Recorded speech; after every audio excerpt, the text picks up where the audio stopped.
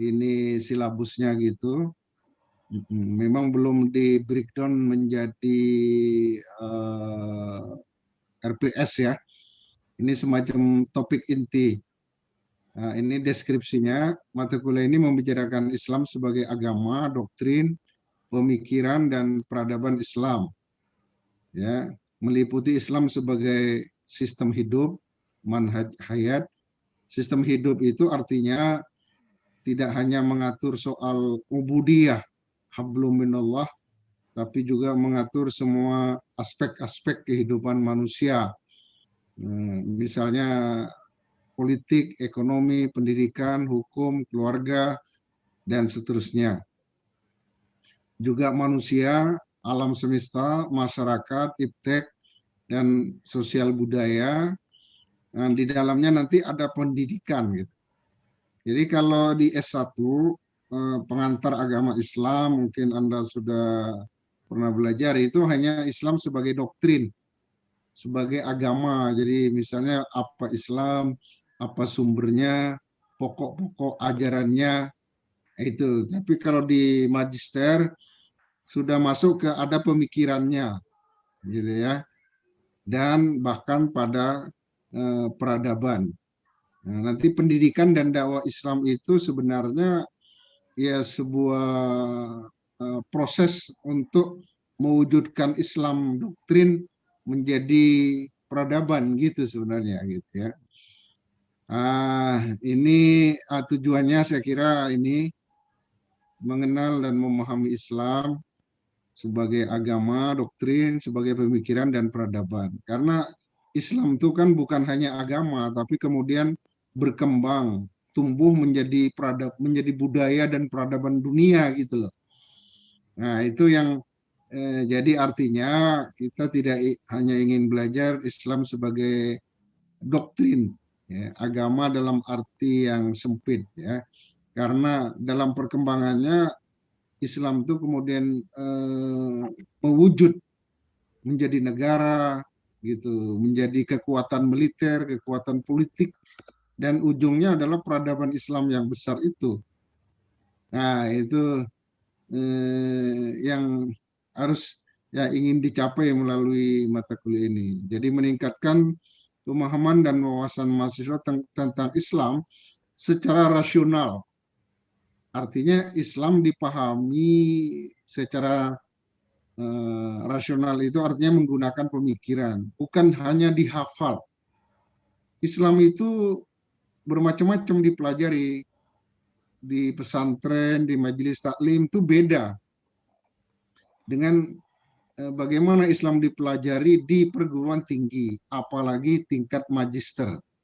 Ya, jadi kalau di taklim-taklim itu kan tidak rasional, tidak filosofis, atau maksudnya tidak ditekankan ya, tapi ya mengerti gitu aja, terus dihafal.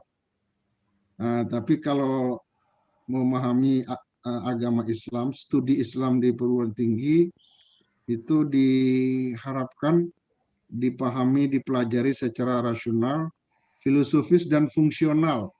Fungsional itu artinya ya pemahaman Anda tentang Islam itu bisa dimanfaatkan dalam realitas kehidupan, dalam membangun masyarakat, umat, dan seterusnya. Yang ketiga, tujuannya mengembangkan pemahaman dan Islam sesuai dinamika dan perkembangan zaman, yaitu Islam wasatiyah dan rahmatan lil alamin. Jadi Islam itu menurut konsepnya satu, tapi ketika dipahami, diamalkan itu bukan satu, tapi banyak sekali, banyak variannya. Nah, kita menganut Islam wasatiyah ya, Islam jalan tengah yang moderat gitu, tidak ekstrim kanan dan tidak ekstrim kiri, dan mengukuhkan paham Islam rahmatan lil alamin. Kira-kira begitu. Di Asy-Syafi'iyah itu madhabnya seperti itu. Nah, kalau ini apa ruang lingkup materinya ya. Nah, nanti ini di breakdown. Ini ada 1, 2, 3, 4, 5, 6, 7 ya. ya Islam sebagai sistem hidup, lalu manusia sebagai khalifah Allah di muka bumi, lalu alam. Nah, ini kan sebenarnya tema-tema besar dalam Al-Quran. Jadi Al-Quran itu kan bicara manusia, bicara alam, ya selain berbicara tentang apa pokok-pokok keimanan ya. Nah, lalu ini kita ambil pendidikan dan pembentukan masyarakat Islam karena kebetulan ini studi Islam di MTP. Jadi ada konten Islam dan IPTEK ya, karena teknologi pendidikan nanti ada kaitannya dengan penggunaan infrastruktur teknologi untuk dakwah dan untuk pendidikan Islam. Lalu pendidikan Islam di abad digital era, dan masa depan peradaban Islam. Transformasi agama menjadi budaya atau peradaban. Jadi din menjadi Madinah. Ya. Nah ini topiknya ya. Minggu pertama itu yang saya maksud hari ini. Nah, jadi minggu kedua itu minggu depan itu tugasnya ini menulis Islam sebagai sistem hidup. Ya ini nanti saya tidak breakdown ya, di breakdown sendiri ya. Jadi Islam sebagai sistem hidup itu ya Islam itu apa gitu. Ya apa yang dimaksud sebagai sistem hidup. Ya kan keunggulan Islam sebagai sistem hidup. Bedanya dengan agama-agama lain. Ya, berdebat. Nanti kalau sebagai sistem hidup, Islam tidak memisahkan agama dan politik, agama dan ekonomi, agama dan pendidikan, misalnya seperti itu. Ya. Nah, minggu pertama pengantar itu yang saya jelaskan sekarang ini namanya pengantar. Jadi diskusi silahkan habis saya menjelaskan ini dibikin kelompok. Mulai minggu kedua itu topiknya itu Islam sebagai sistem hidup. Itu yang kata H.R. Gibb, Islam is not merely religion but a way of life. Ya kan? Islam itu tak semata agama tapi sebuah sistem hidup atau sebuah peradaban yang lengkap. Artinya mengatur semua segi kehidupan gitu. Kalau agama dalam arti di Barat yang disebut religion, itu sebenarnya hanya mengatur bagaimana orang berdoa gitu, beribadah. Maksudnya hanya mengatur dimensi hablum minallahnya saja. Tapi Islam ya memang tidak memadai kalau hanya disebut religi. Karena religi itu hanya urusan doa-doa kira-kira gitu. Ibadah, sedangkan agama Islam itu memberi konsep-konsep dasar, doktrin dasar mengenai semua aspek kehidupan. Misalnya politik, ekonomi, ya, pendidikan apalagi, keluarga, hubungan internasional, pertahanan, keamanan. Jadi itu memang konsep religi tidak memadai untuk menjelaskan Islam. Ya Islam itu ya din wa daulah gitu. Jadi Islam itu lebih luas dari pengertian agama itu sendiri. Makanya banyak pemikir menyebut Islam itu ad-din wa daulah, agama dan negara gitu. Jadi beda dengan dalam konsep Barat yang kemudian menjadi sekuler itu karena agama tidak mengurus dunia, hanya mengurus akhirat. Kalau hubungan dengan Tuhan itu artinya akhirat gitu. Nah, Islam tidak. Dia banyak berbicara mengenai dunia, mengenai kehidupan ini sebelum kehidupan nanti. Berikutnya sistem kepercayaan dalam Islam. Ini bicara doktrin pokok mengenai akidah Islam ya, karakteristik akidah Islam. Di buku saya ada itu penjelasannya ya. Nanti ini wajib membaca True Islam ya. Buku saya judulnya True Islam, bisa dibeli secara online atau kalau mau dipesan dari penerbit lewat saya juga bisa ya. Saya minta untuk sekarang ada buku itu ya. Baik. Ya ini ya yang ketiga ya, yang keempat. Nah, jadi kan ini kan Islam ini umum ya sebagai sistem hidup, tapi terus kita ingin memahami secara lebih akademik mengenai sistem kepercayaan. Kan semua agama itu disebut doktrin, punya sistem kepercayaan. Nah, sistem kepercayaan dalam Islam itu apa? Lalu sistem ibadah ya. Nah, ibadah sebagai institusi iman. Ini sebenarnya uraiannya dalam apa ibadah, ya kan? Apa tujuan ibadah? Dalam Islam ada ibadah khusus, atau ada ibadah umum. Nah, yang dimaksud institusi iman itu maksudnya ibadah itu bingkai dari iman. Maksudnya iman itu akan rusak kalau nggak ada ibadah. Jadi ibadah itu yang membina iman itu tetap tumbuh gitu.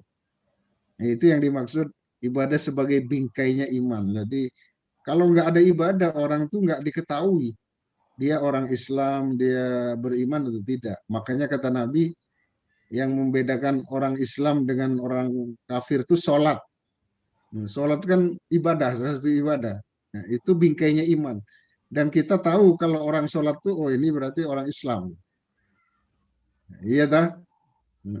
Ya, kalau datang ke masjid orang Islam, kalau datang ke gereja, wah ini orang Nasrani misalnya itu. Nah, lalu Islam dan moralitas bangsa. Ini sebenarnya kalau bahasa agamanya akhlak gitu ya. Nah, ini bagaimana bagaimana jadi bagaimana Islam memandang akhlak. Akhlak itu apa? Dikaitkan dengan moralitas bangsa ya. Ada tugas amar ma'ruf nahi mungkar. Bagaimana kehidupan bangsa negara itu tegak ya di atas nilai-nilai akhlakul karimah misalnya begitu. Nah, ini penting. Nah, lalu masuk ke topik minggu ke-6 ya. 2, 3, 4, 5, 6. Itu artinya topik yang kelima. 2, 3, 4, 5 ya. Alam sebagai ayat. Nah, itu. Jadi kan tadi ada manusia ini dulu ya. Islam sebagai doktrin pokok-pokoknya itu. Tapi kita kemudian juga bicara alam semesta sebagai, kan kita sering mengenal itu ayat itu ada dua. Ada ayat qauliyah. Ayat qauliyah itu berupa firman, ya ayat-ayat Quran itu. Tapi ada ayat kauniyah. Ya. Ayat ya artinya hukum-hukum dari Tuhan tapi bentuknya bukan wahyu, tapi alam semesta sebagai ciptaan Allah. Ya kan? Jadi alam itu works of Allah. Ya, karya. Ya, karena idenya kan Tuhan itu creature, makhluk ya. Alam itu creatures, makhluk. Jadi tapi menurut Al-Qur'an alam itu ayat.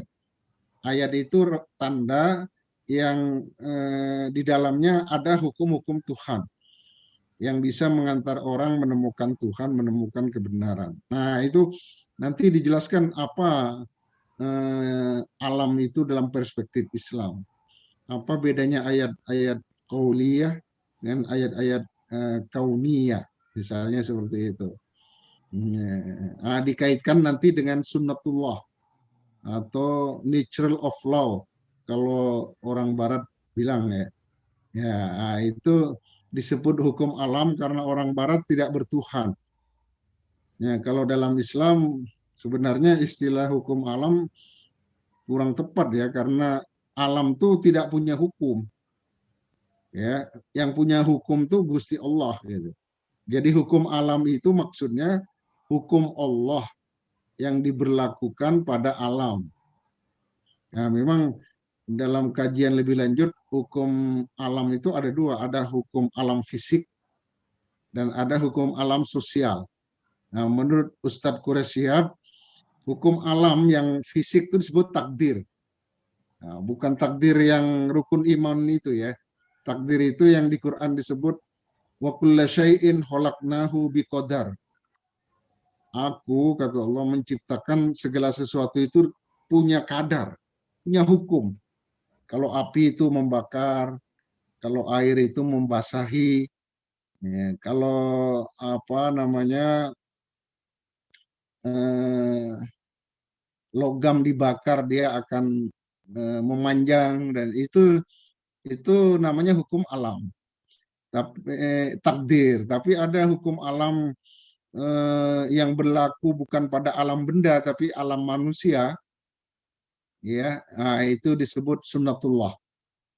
Misalnya eh, pemimpin itu kalau zalim dia mesti jatuh. Ya kan? Pemimpin kalau zalim itu negerinya mesti sengsara. Gitu. Pemimpin itu kalau adil, baik gitu, mesti rakyatnya sejahtera. Misalnya begitu, nggak bisa nggak gitu. Ya, oke. Itu topik yang kelima ya. Nanti diatur karena pesertanya berapa, Pak Ridho? Kurang lebih 16, Tad. Oh, belum belum definitif, masih kurang lebih itu ya. Iya, karena ada yang belum hadir juga saat. Bukan maksudnya yang terdaftar, karena nanti kan harus diberi tugas dia. Bahwa hari ini karena berhalangan tidak hadir kan nggak soal. Baik. Nanti coba Jadi saya yang data, Ustaz. Ya, data Iya, yang jadi nggak ikut jadi kuliah, artinya Ustaz. bisa satu kelompok itu ada yang satu orang, ada yang dua orang mungkin ya. Iya, iya, benar, Ustaz. Karena saya merancang topiknya itu kalau tidak salah hanya 11 ya, atau 10. Nah, jadi karena di luar UTS dan UAS ya. Hmm, Ini masyarakat Islam, ya kan? Nah, ini fungsi pendidikan dalam melahirkan masyarakat Islam khairul ummah. Jadi kan Islam itu sebagai ajaran itu harus disosialisasi melalui dakwah dan pendidikan. Nah, untuk melahirkan masyarakat dan peradaban Islam, kira-kira gitu.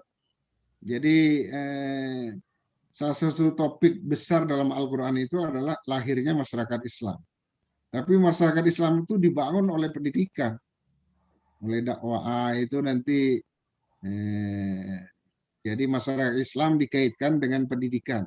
Pendidikan itu sebenarnya usaha berencana sistematik ya, untuk melahirkan masyarakat Islam sebenarnya. Ngajarin orang tentang Islam supaya diamalkan di dalam kehidupan sosial kan, keluarga dan masyarakat itu pendidikan. Ya, tidak lahir masyarakat Islam kalau nggak ada proyek namanya dakwah dan pendidikan. Nah, dakwah dan pendidikan Islam itu dekat. Dakwah itu kalau bahasa ilmu pendidikan itu kan pendidikan non formal. Iya dah. Kalau pendidikan Anda ini yang pendidikan formal tuh, yang dari TK, SD, SMP, SMA, perguruan tinggi, S1, S2, S3. Kalau dakwah juga kan pendidikan sebenarnya, tapi pendidikan di masyarakat. Nah, disebut non formal karena ya kurikulumnya kan tidak ketat gitu. Memang sekarang dakwah juga ada kurikulumnya, tapi tidak seperti pendidikan. Nah, kalau dosen, guru harus bikin RPS ya, ketat. Kalau taklim-taklim itu apalagi yang ceramah-ceramah kan enggak kan? Ya karena itu pendidikan non formal gitu. Kalau dalam konsep pendidikan ya. Nah, tapi dakwah dan pendidikan itu sebenarnya proyek yang dilakukan supaya lahir masyarakat Islam. Masyarakat Islam itu artinya orang yang beriman kepada Islam dan mengamalkan Islam dalam kehidupannya. Ya enggak? Berikutnya Islam dan iptek. Nah, ini ada filsafat ikra dan isyarat-isyarat ilmiah dalam Al-Quran. Wah, itu banyak bukunya Islam dan Sains ya. Anda kemarin banyak ada diskusi, ada seminar itu di topik ini. Ini karena MTP, jadi itu ada konten pendidikannya ya, yang masyarakat Islam, Islam dan iptek. Lalu apalagi yang minggu ke-9, topik ke-8 tuh konsep pendidikan Islam. Ini lebih besar ya sebenarnya, bukan apa pendidikan Islam tidak semata itu, tapi ini tema besarnya itu kan dunia dan akhirat. Ya, integrasi ilmu dan agama. Ada di Indonesia udah diperkenalkan oleh B.J. Habibie itu integrasi IMTAK dan IPTEK. Anda sudah kenal itu. Jadi pendidikan Islam itu bukan hanya apa namanya eh, meningkatkan kompetensi kemampuan peserta didik, ya. Tidak hanya itu, tapi itu berbasis agama kayak gitu pendidikan Islam itu. Ya, karena apa namanya sangat ditekankan tentang akhlak misalnya gitu. Sabda Nabi tentang pendidikan itu kan adzabani Robbi fa ahsana ta'dibi. Ya. Jadi dulu pendidikan itu disebut adab. Adab itu sebenarnya kemuliaan, keluhuran budaya pada tingkat yang tinggi itu namanya adab. Jadi pendidikan itu membangun keadaban. Ya, ya itu berbasis keimanan. Ya. Jadi maksudnya tidak boleh seperti terjadi di Indonesia itu. Orang sangat terdidik, sangat terpelajar pendidikannya, ya sampai doktor bahkan guru besar, tapi dia korupsi, ya. Dia banyak melakukan pelanggaran moral misalnya gitu. Itu tidak diterima dalam konsep pendidikan Islam karena pahamnya integrasi. Iqra bismi rabbik kan gitu. Iqra itu perintah pengembangan ilmu. Tapi bismi rabbik itu kan disebut tuh nama-nama Allah. Itu artinya perintah untuk mengasah iman, akhlak. Jadi disuruh pandai, tapi mulia kira-kira gitu. Tidak melupakan pandai, tapi juga bersujud sama Allah. Membangun kualitas moral, akhlakul karimah kira-kira gitu. Lalu agama dan teknologi ini MTP sepenuhnya ya, digitalisasi dakwah dan pendidikan Islam di era sekarang. Nah, jadi karena teknologi berkembang sangat cepat, khususnya bidang informasi, teknologi komunikasi dan informasi, itu mempengaruhi cara orang bekerja. Nah, mempengaruhi juga cara orang belajar, ya kan? Nah, mempengaruhi juga bagaimana pendidikan dilakukan. Ya, mungkin filsafatnya tidak terlalu berubah, tetapi infrastruktur, ya, atau kalau bahasa ilmu dakwah itu wasilahnya, ya, metode dan medianya bisa berubah, gitu, karena perkembangan ilmu, iptek gitu.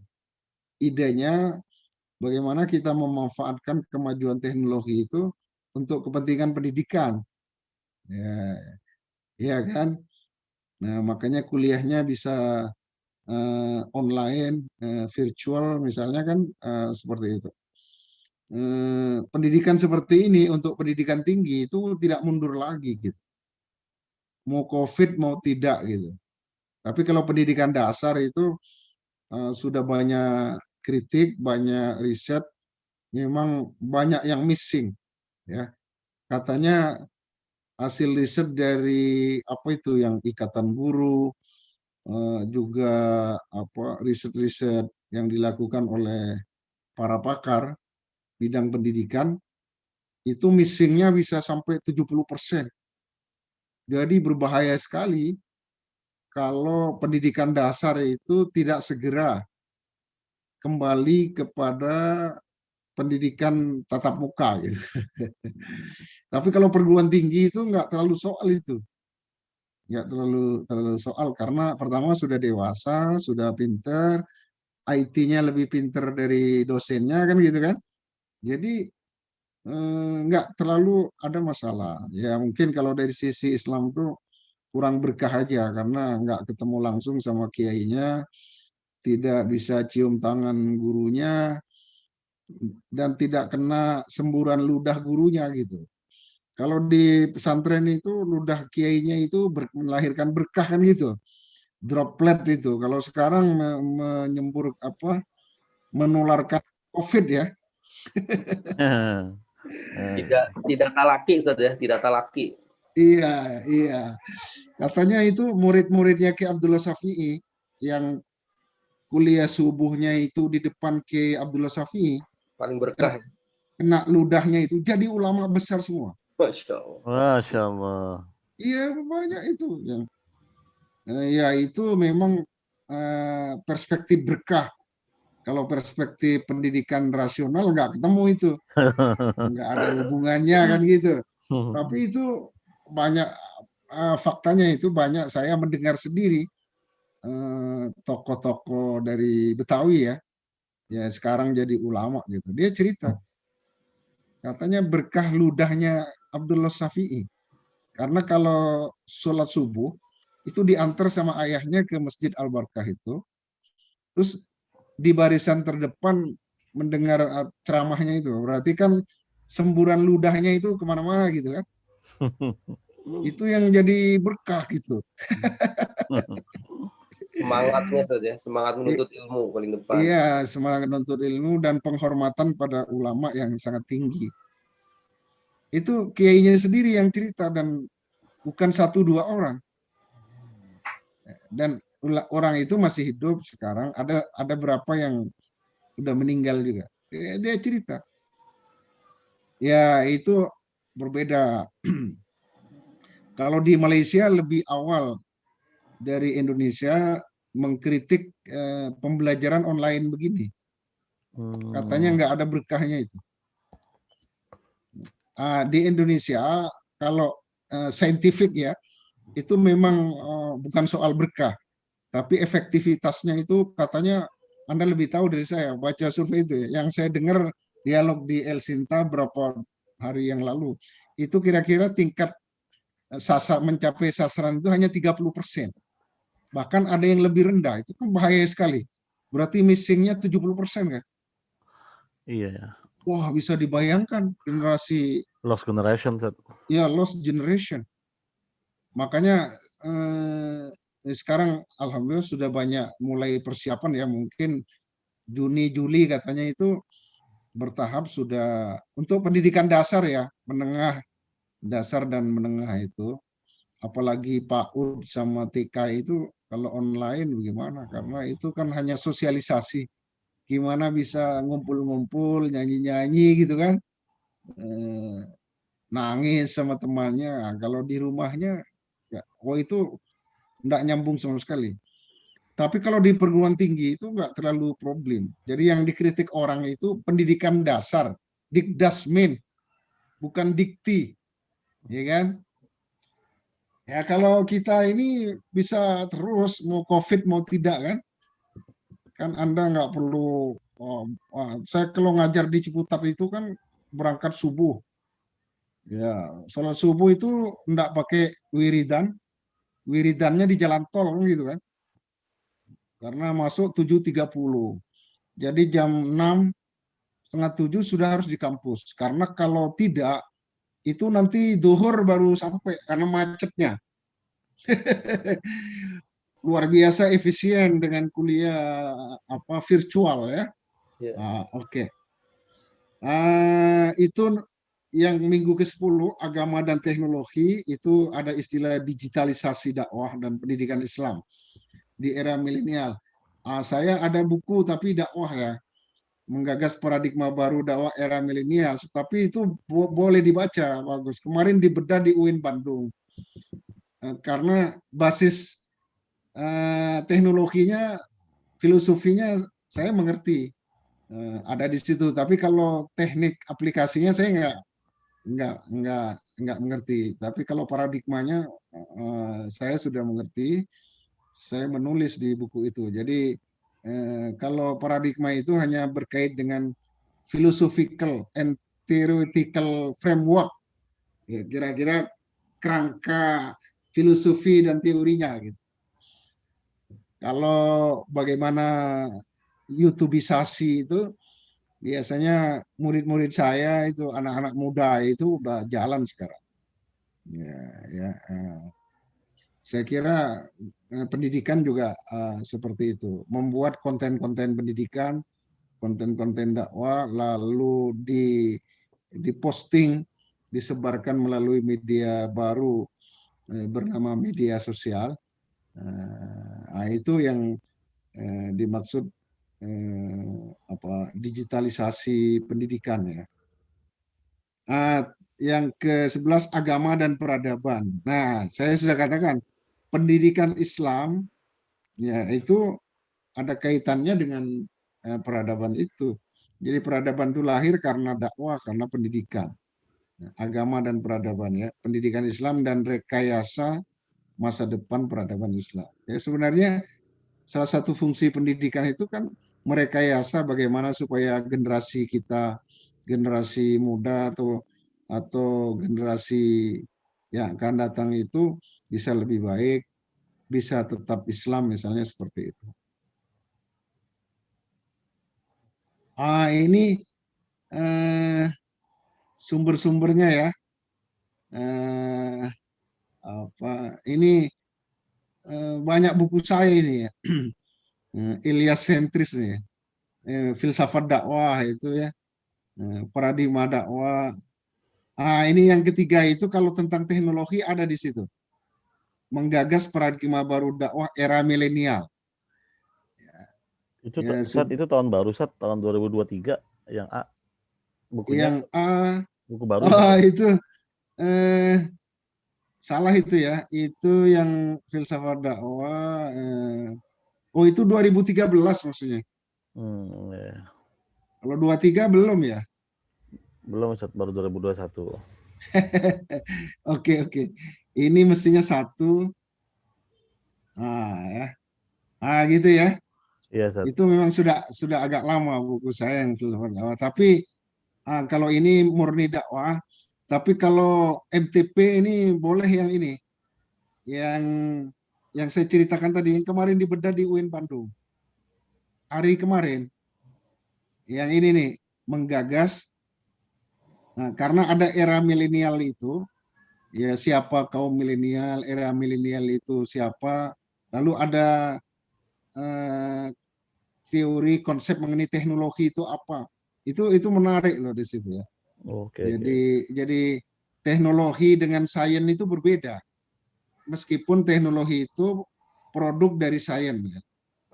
Penerapan dari sains itu namanya teknologi, tapi teknologi itu sebenarnya lebih menunjuk kepada artefak, produk-produk yang diciptakan oleh manusia untuk membantu memudahkan kehidupannya ya, dalam semua kehidupan.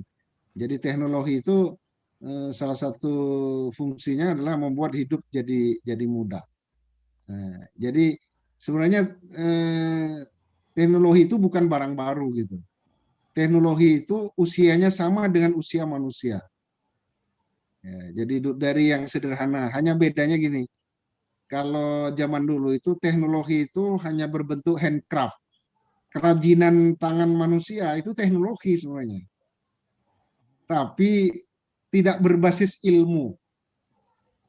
Ya, nggak pakai ilmu kan, jadi industri di kampung-kampung atau produk zaman dulu itu kan ya bikin tempat minum itu kan teknologi semuanya.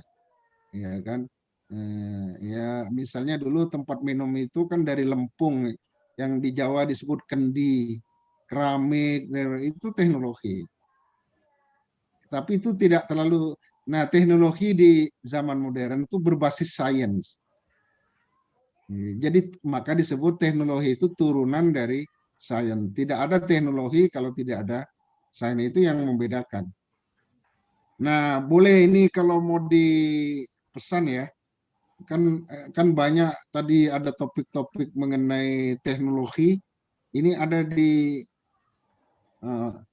nah yang kedua True Islam itu yang sumber pokoknya karena kita bicara studi Islam ya 2014. Itu aja, 2 aja yang saya rekomendasi ya. Ini Ustaz, maaf Ustaz, ini langsung pesan ke Ustaz atau kita bisa cari di mana Ustaz?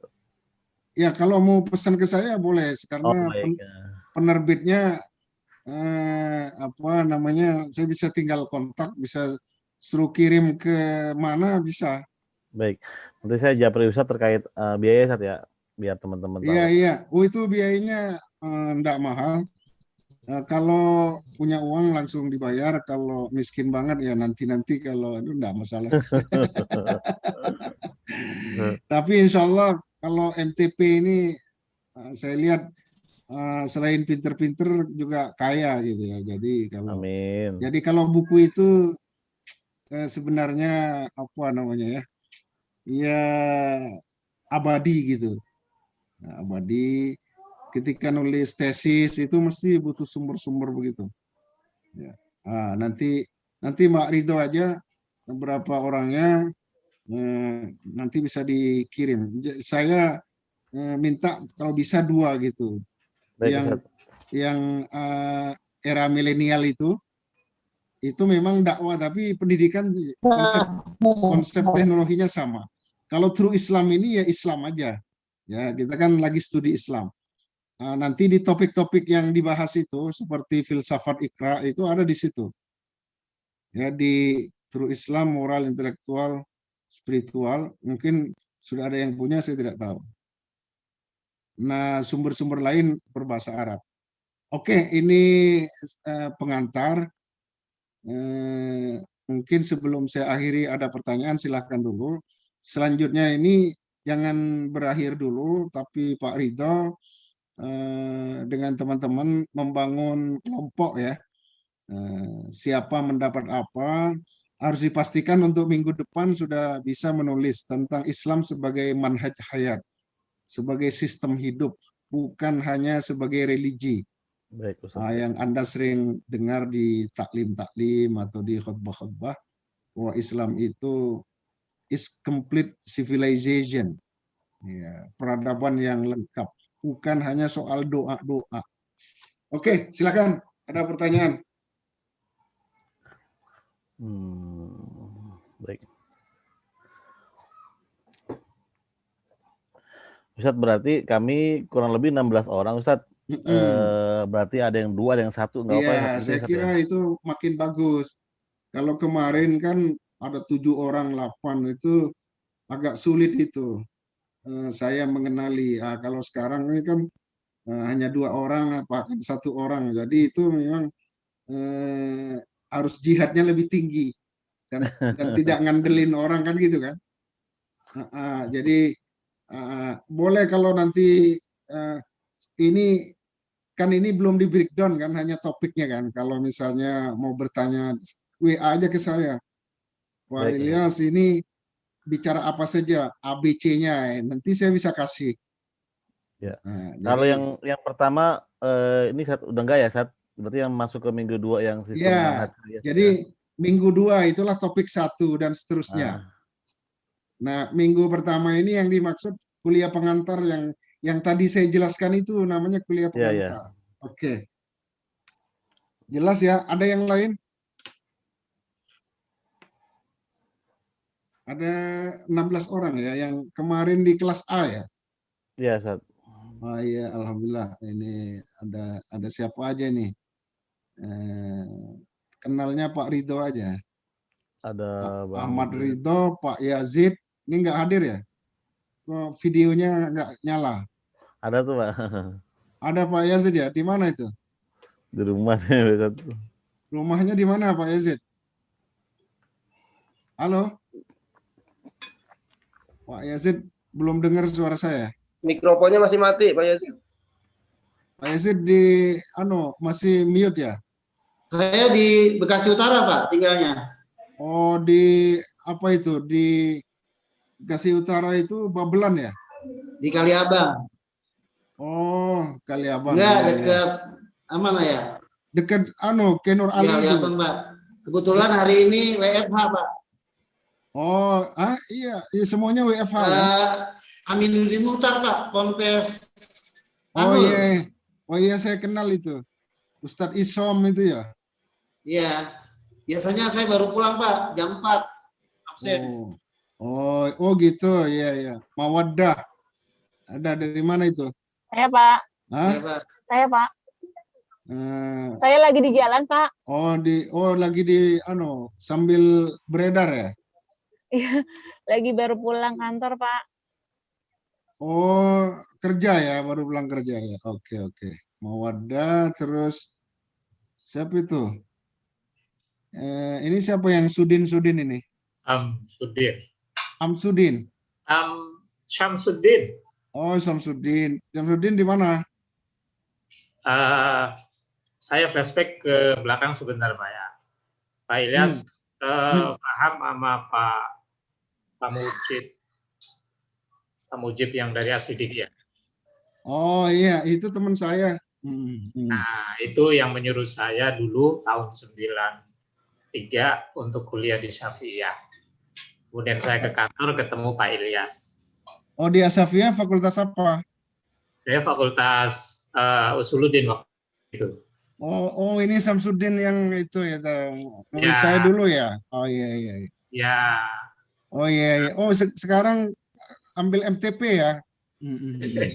karena saya ngajar sekarang Oh, menjadi guru, iya, iya. Ngajar di mana, Syekh? jangan panggil Syekh deh. Ketuaan.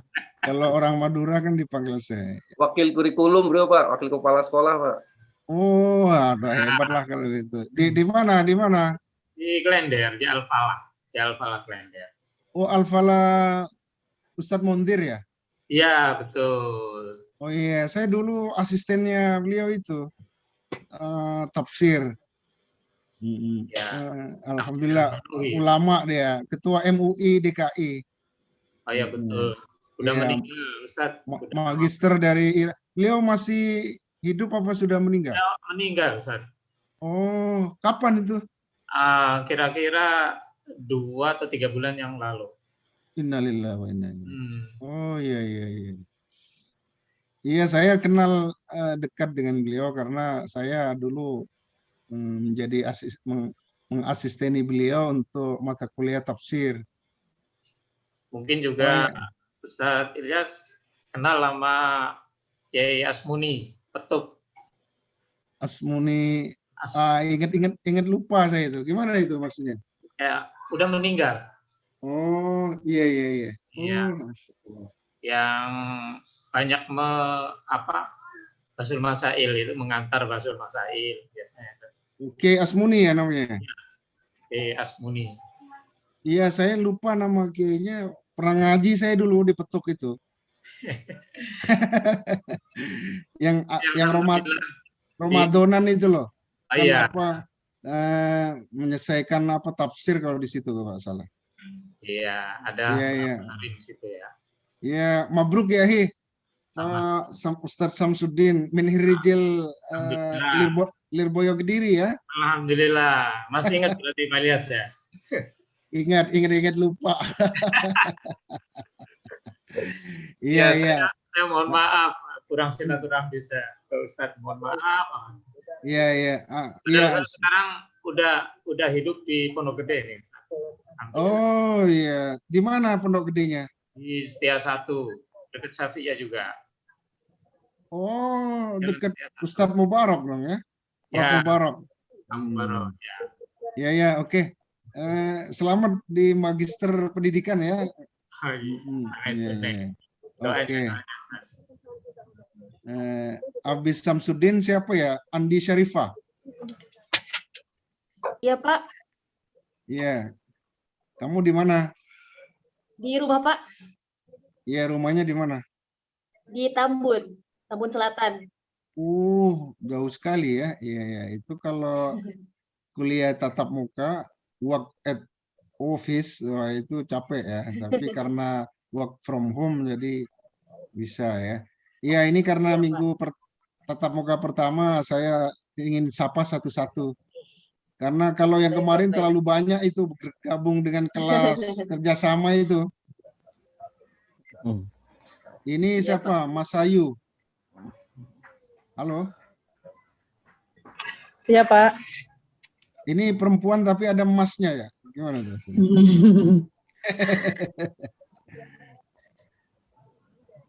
Mas Ayu di mana Mas Ayu Vivi? Di Bekasi Timur, di rumah. Oh, di rumah ya. Oh, ini Zen Lelang ya, ketua ya. Oke, di mana ini? Masih di daerah? Pak Zen? Sementara lagi di Kendari, Pak. Oh, di ya, Sulawesi Tenggara ya? Iya, Pak. Kemarin di Lombok katanya. Bener nggak? Tidak, Pak. Kemarin di Sumedang. Oh, Sumedang. Tapi saya tempat tinggalnya di itu, Pak, di Jati Bening Baru. Oh, di Jakarta ya? Iya, Pak. Oke, Agita? Iya, Pak.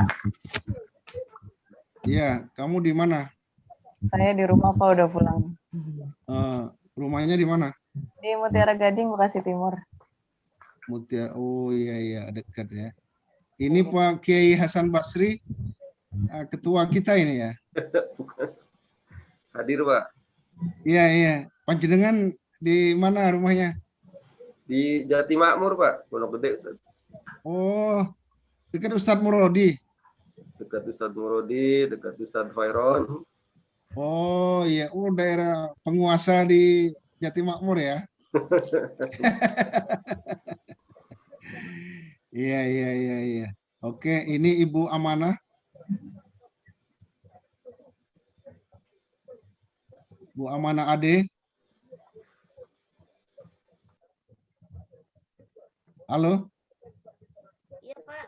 Suara saya kedengeran nggak, Pak? Kedengeran tapi pelan. Iya. Di daerah mana itu? Jati Bening, Pak. Oh, sama dengan itu Pak Lelang tadi ya? Iya, Pak dekat Zen. sama Pak Zen rumahnya. Iya. Hentika Ayu? Pak. Belum suaranya belum kedengaran. Saya di Bekasi Timur. Oh, di Mutiara juga sama dengan yang tadi. Tetangga, saya di Dukuh Zamrudnya, Pak, tetanggaan itu. Oh iya. Ini kalau tadi Mas Ayu, ini Kak Ayu kalau ini ya. Mawaddah. Bapak, maaf. Tadi saya terputus, Pak. Iya, tadi terputus, Pak. Oh, karena masih lagi sambil beredar ya? Lagi di jalan, Pak. Oh, iya. Pulang kantor. Izin ya, Pak. Iya. Terputus Oke. tadi. Iya, enggak apa-apa. Mas Rangga? Ya, Pak. Di rumah, Pak. Di mana rumahnya? Di Bambu Hapus, Pak. Taman Mini. Oh iya, Taman Mini. Iya, Taman Mini ke selatan ya? Dekat dengan saya, Pak. Dekat sama siapa? Rido. Oh, Pak Ridho di situ juga? Pinang Ranti saya. Oh, Pinang Ranti ya, Pondok Gede juga ya? Iya, Taman Mini. Oh iya. Ibu Dian? Oh ini Ibu Dian saya... Halo, kok mati itu ya? Videonya nggak dinyalakan? Halo, Bu Dian. Oh ini apa namanya kalau itu nggak diaktifkan kameranya ya? Iya Pak. Halo, coba saya cek. RBA juga ya? Itu Bu Bia, Pak. Bu Bia, Pak. Saya, Pak. Mbak Bia, Pak. Oh, Mbak Bia. Apa namanya? Administrasi. Kepala staf kita ya? Iya, Pak. Oh, Mbak Bia ikut juga? Lagi ngabsen beliau, Pak. Lagi kontrol. Iya. Ahlan Mbak Bia ya. Ini nyari waktunya susah iya, katanya. Pak. Muter-muter. Oke, sudah Iya, Pak. Adi Wahyudin. Ya, Pak. Oh, itu.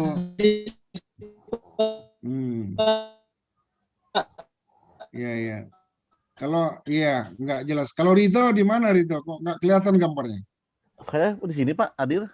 Oh iya, yang pertama ya. Di Taman Mini tadi katanya. Iya, Sat. Oh iya, ini Pak Yazid udah tadi ya? Sudah, Sat. Oke, mungkin itu aja. Kalau tidak ada lagi yang mau ditanyakan, saya cukupkan. Tapi dilanjutkan dengan pembagian kelompok itu. Pak Ridho dengan teman-teman gimana diatur. Mungkin ada yang 1 orang, ada yang 2 orang, lalu disusun kelompok apa mendapat topik apa gitu aja. Baik. Dan absennya itu Mbak Bia biasanya ya, saya udah nerima nanti di akhir kuliah itu sehingga sudah bisa menjadi data dan menjadi dasar pertimbangan untuk memberikan penilaiannya dari aspek kehadiran gitu. Makasih ya Pak Ridho, udah cukup ya, nggak ada yang tanya lagi ya? Iya, Ustaz. Baik. Ustaz, ini RPS-nya ada di Google Classroom nggak, Ustaz? Nanti dikirim ke ini aja, kirim ke Pak Ridho, tapi dikasih ke grup ya. Iya, baik, Ustaz. Oke kan, saya punya nomornya Pak Ridho ada. Ntar saya kirim ke situ ya. Baik, Ustaz. Baik, teman-teman, itu saja kuliah hari ini. Jangan lupa kelompoknya segera dibuat dan jangan lupa minggu depan itu sudah dimulai ya, kelompok 1 membicarakan tentang Islam sebagai way of life ya, atau manhaj hayah. Baik, terima kasih. Assalamualaikum warahmatullahi wabarakatuh. Waalaikumsalam Waalaikumsalam warahmatullahi wabarakatuh. Terima kasih, Pak. Waalaikumsalam warahmatullahi